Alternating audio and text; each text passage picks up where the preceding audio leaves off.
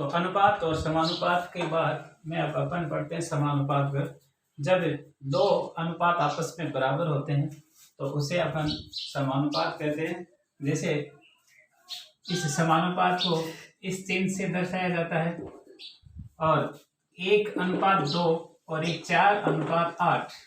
जब इनका अनुपात सरल अनुपात देखते हैं तो 1:2, इसका सरल अनुपात देखते हैं 4:4 और 4×2=8। तो ये दोनों राशियां आपस में बराबर हैं, इसलिए जो ये हो जाएगी समानुपात में।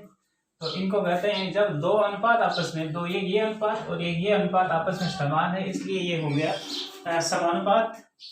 तो समानुपात पर इसका जो प्रकार है प्रतिलोम अनुपात, तो इसको जैसे A/B और C/D, इसका आपको प्रतिलोम अनुपात पूछते हैं तो प्रतिलोम अनुपात यानी B ऊपर लिख देंगे, A नीचे, और इसका D ऊपर आ जाएगा और C नीचे आ जाएगा। ये इसका प्रतिलोम अनुपात कहलाता है। अब पूछता है इसका योगांतर अनुपात क्या होता है। योगांतर अनुपात जैसे A/B और C/D, ये कोई दो राशियां हैं, तो इनका आप योगांतर अनुपात ज्ञात करेंगे तो A में से B में से यानी A+B, A-B और A+B। इसी तरह C-D और C+D, ये योग और अंतर का जो अनुपात होगा उसको कहते हैं योगांतर अनुपात। अब आगे है मिश्र अनुपात। मिश्र अनुपात दो या तीन जो अनुपात होते हैं तो उनका जो अंश का गुणनफल और हर का जो गुणनफल होता है, यानी उसका पूर्व पद, सभी का पूर्व पद का गुणनफल, और जो आखिर में जो उत्तर पद होता है सभी का, सभी अनुपातों का, उनका गुणनफल का जो अनुपात होता है वो कहलाता है मिश्र अनुपात। जैसे अपन एक एग्जाम्पल लेते हैं A/B, C/D और E/F। इन सब का पूर्व पद है A, तो इसके अनुसार जो परिभाषा के अनुसार जो पूर्व पद है A, इसका पूर्व पद है C और इसका पूर्व पद है E। इनको अपन गुणा कर देंगे, और इसी तरह इसका उत्तर पद है B, इसका उत्तर पद D और इसका है F। तो इनका गुणनफल ही मिश्र अनुपात कहलाता है। जैसे इसके आधार पर एक एग्जाम्पल लेकर उससे अच्छा स्पष्ट हो जाएगा कि 3:5 और 5:2 और 7:3, इनमें हमें मिश्र अनुपात ज्ञात करना है। मिश्र अनुपात, तो इसका जो पूर्व पद है, पहला जो अनुपात, इसको दूसरे अनुपात का पूर्व पद और तीसरे अनुपात का पूर्व पद, इनका तो गुणनफल, और नीचे लिख देंगे उत्तर पदों का गुणनफल। ये 2 गुणा ये 3, इनको आपस में कैंसिल कर काट देते हैं। ये 3 से 3 बच गया 7/2, या फिर 7:2, ये इसका मिश्र अनुपात कहलाएगा। अब पढ़ते हैं वितता अनुपात के बारे में। वितता अनुपात परिभाषा देखते हैं, जब प्रथम राशि का द्वितीय राशि के साथ वही संबंध हो जो द्वितीय राशि का तृतीय राशि के साथ में संबंध होता है। जैसे A/B बराबर B/C, यानी A और B में जो अनुपात का जो संबंध है, पहली राशि और द्वितीय राशि, फिर द्वितीय और तीसरी राशि में जो संबंध होगा अनुपात का, वो कहलाता है वितता अनुपात। और वितता तो अनुपात में पर आधारित कुछ एग्जाम्पल, इसका जो वितता अनुपात में होता है तो इसको मध्यमानुपाती, ये मध्यम अनुपाती, और ये आखिर में तृतीय अनुपाती कहलाता है। और जब समानुपात में होता है A/B समानुपात C/D, ये इसका प्रथमानुपाती, ये दोनों, ये होता है द्वितीय अनुपाती, ये तृतीय अनुपाती, और ये चतुर्थानुपाती, यानी नाम के हिसाब से, क्रम के हिसाब से प्रथमानुपाती, द्वितीय अनुपाती, तृतीय अनुपाती और चतुर्थानुपाती। जबकि वितता अनुपात में ये जो राशियां होती है वो दोनों मध्यानुपाती कहलाती है। तो इन पर आधारित एग्जाम्पल अपन लेते हैं। जैसे 18 अनुपात 12 समानुपात 21 अनुपात अक्स। तो इसमें पूछा जाता है कि आप इसमें अक्स का मान ज्ञात करें या इसका चतुर्था अनुपाती ज्ञात करें। तो अपना जो इस समानुपात के आधार पर जो एक सूत्र है, बाह्य पदों का गुणनफल बराबर होता है मध्य पदों का गुणनफल। मध्य पदों का गुणनफल, तो बाह्य पद इसमें है 18 गुणा और इसका बाह्य पद है x, इनका मध्य पद है 12 गुणा 21। तो इस x का मान ज्ञात करने के लिए x बराबर ये गुणनफल की राशि इस दाहिने पक्ष में जाने पर इसके नीचे चली जाएगी, यानी भाग में बदल जाएगी। अब इनको अपन छोटा रूप कर लेते हैं, काट लेते हैं।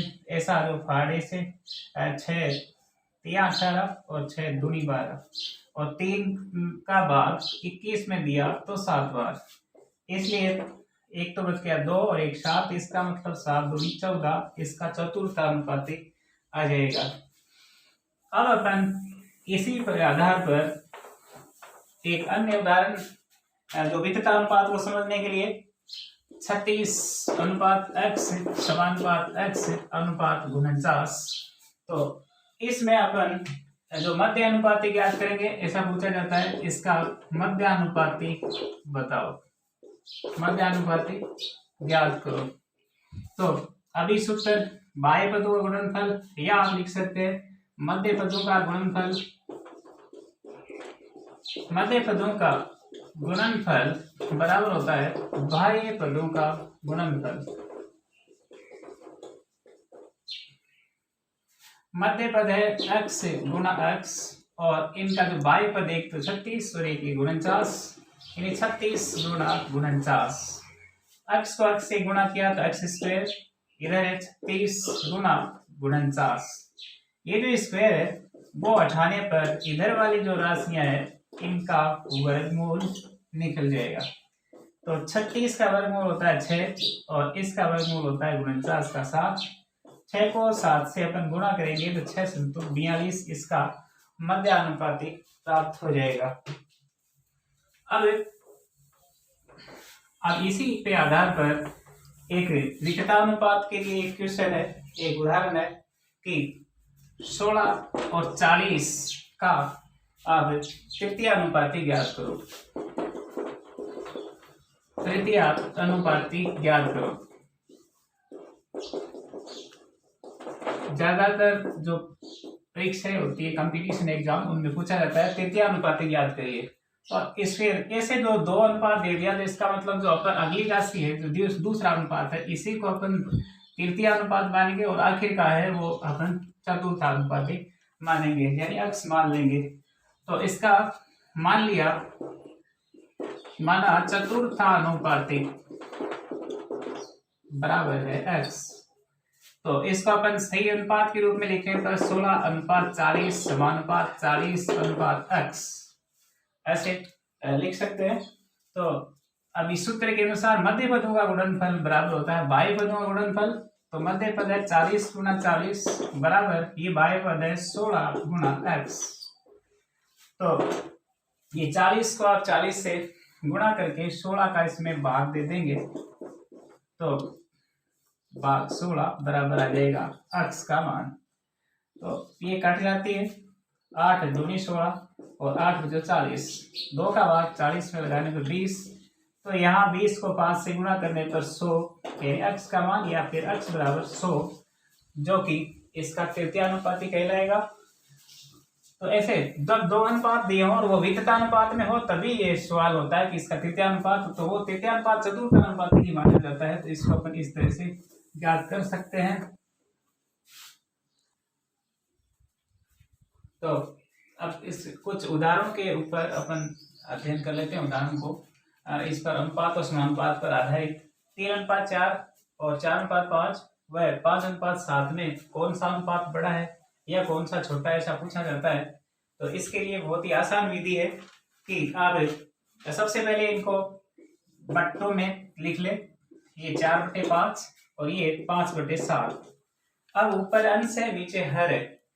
प्रत्येक का जो हर है इसमें से अंश को आप घटा दे।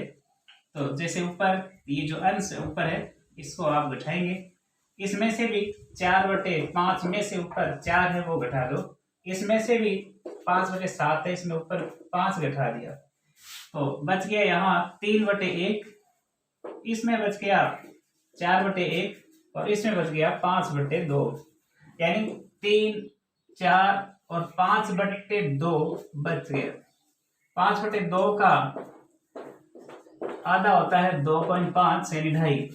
तो अब इसमें देखा जाता है तो कौन सी राशि जो बड़ी है, जैसे ये 3 है, ये 4 है, तो ये 2.5 है, तो यहाँ 4 वाली जो बड़ी है, इसलिए अपन कह सकते हैं कि इसमें सबसे जो बड़ी राशि है वो हुई ये 4/5 और सबसे छोटी राशि ये हुई 5/7। इस तरह से अपन छोटा और बड़ा ज्ञात कर सकते हैं। अब लेते हैं दूसरा जो एग्जाम्पल, 500 रुपए को ए व बी में 2:3 के अनुपात में बांटिए। तो इसके लिए ए अनुपात बी, इनमें अनुपात है 2:3, तो इन अनुपातों का योग करते हैं। इनको योग कर लेते हैं, 2 + 3 बराबर होगा 5। अब क्योंकि प्रत्येक का भाग बांटना है, कुल राशि है 500, तो आपको जैसे ए का हिस्सा या ए का जो भाग है वो हो जाएगा कुल राशि 500 बटा जो अनुपातों का योग है वो नीचे गुणा जिसका भाग ज्ञात करना हो उसी का अनुपात। जैसे ए का ज्ञात कर रहे हैं तो ए का अनुपात 5 का 500 में भाग दिया तो 100 को 2 से गुणा किया तो 200। इसी तरह बी का जो हिस्सा है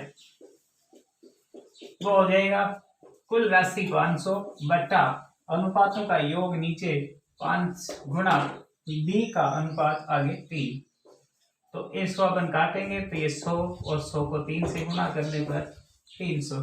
तो इस तरह से अपन अलग अलग भाग ज्ञात कर सकते हैं ए और बी का जो कुल राशि दी गई हो। तो अब लेते हैं ये जो तीसरा उदाहरण, 40 छात्रों के लिए 30 दिन की जो एक भोजन सामग्री है वो बताओ 60 छात्रों के लिए कितने दिनों तक पर्याप्त रहेगी। तो इसके लिए इधर तो आप लिख ले पहले छात्र और इधर लिख दे भोजन सामग्री या दिन, जो दिन कितने दिन चलती है। छात्र है पहले 40 छात्रों के लिए 30 दिन की भोजन सामग्री दी और छात्र बढ़ गए हैं 60, तो भोजन सामग्री मान लिया x दिन तक चलती है। तो इधर छात्र बढ़ रहे हैं और दिन है ना वो घट रहे हैं। इसका मतलब इसमें अपन अनुपात निकालते हैं तो 40:60 समानुपात x/30। तो इसका जो भी ज्ञात किया था वितता अनुपात में कि बाह्य पदों का गुणनफल बराबर होता है मध्य पदों का गुणनफल, मध्य पदों का गुणा बराबर बाह्य पदों का गुणा।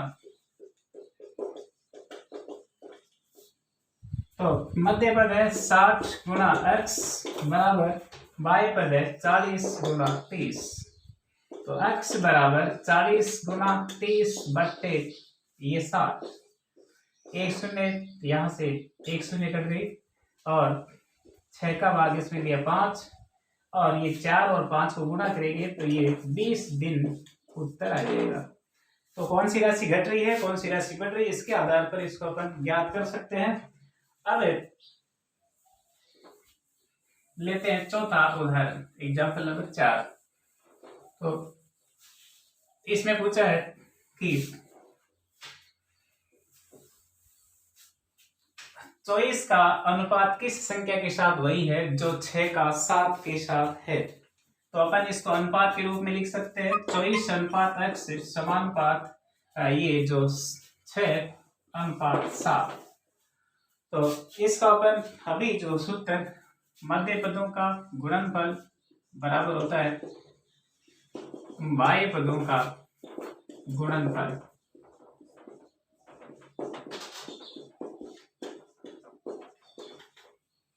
तो मध्य पद है इसमें x गुणा 6 बराबर बाह्य पद है 24 गुणा 7। तो अगस बराबर 24 गुना 7/6। यहाँ 6 का भाग लगेगा 24 में तो 4 बार, और 7 को अपन 4 से गुणा करेंगे 28। तो 24 और 28 का x का मान है 28। इस तरह से अपन जो संबंध है वो ज्ञात कर सकते हैं। अब एक जो ज्यादातर भर्ती परीक्षाओं में पूछा जाता है प्रश्न कि 2 का 3 का, जैसे अनीश, मनीष और आयुष एक व्यापार 3:5:6 के अनुपात में पूंजी लगाकर करते हैं। यदि आयुष को वर्ष के अंत में 12,000 रुपए का लाभ हुआ हो तो मनीष का लाभ ज्ञात करें। तो इसके लिए सबसे पहले ये 3 व्यक्ति अनीश अनुपात मनीष अनुपात आयुष, 3 व्यक्ति साझे में व्यापार करते हैं और 3:5:6 इन अनुपातों का योग करते हैं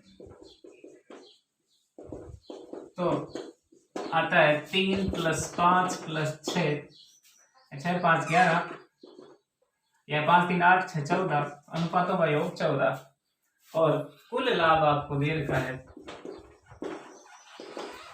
जो कि इसको आयुष को हो रहा है। आयुष का कुल लाभ बराबर है 12,000 रुपया। वर्ष के अंत में इसको 12,000 रुपये मिल रहे हैं। तो इसके लिए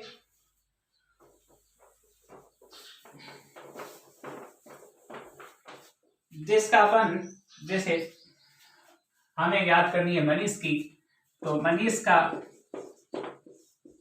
हिस्सा ज्ञात करना है। हमें दे रखा है इसका आयुष का कुल लाभ 12,000 रुपया और आयुष का ही आप इसके नीचे अनुपात लिखेंगे और जो मनीष का ज्ञात करना तो मनीष का अनुपात से गुणा करना है।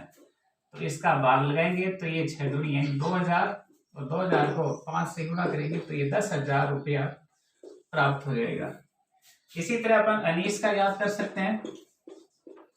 अनीश का ज्ञात करने के लिए अनीश का जो अपन को दिया है इस आयुष का लाभ बटा आयुष का ही अनुपात गुणा अनीश का अनुपात से इसको गुणा कर देते हैं।